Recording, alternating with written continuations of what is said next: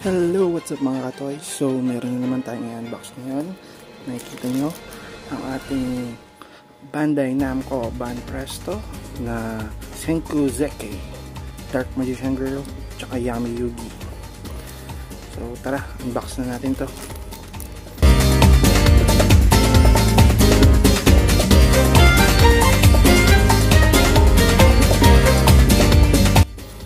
So, as you can see guys, so MIB pa siya, no? Yun, maliit lang pala siya kung titignan mo, since ang laki ng box, tsaka andito pa yung brown box niya sa loob para safe. So tara, tanggalin na natin sila isa-isa.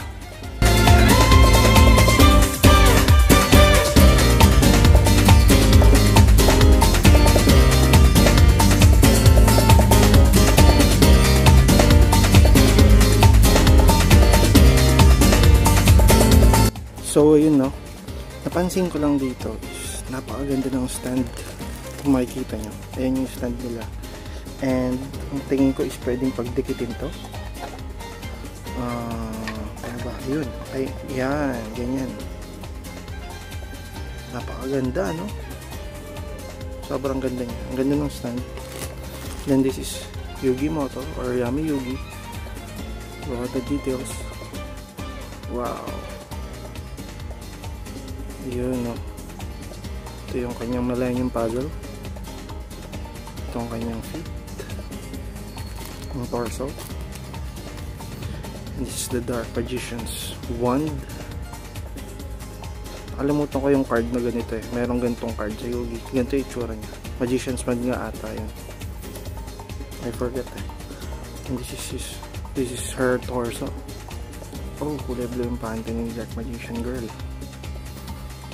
Then I guess dito dinidikit, tsaka dito yung sa stand.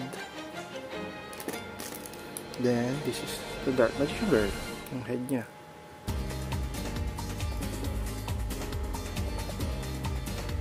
Kapitan natin.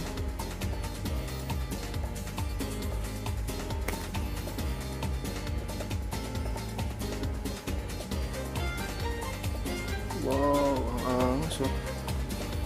Ano naman, black burning, angas. Si Yugi naman, ito pagdidikit pa lang, okay na, yun, no? Tara, ayusin na natin.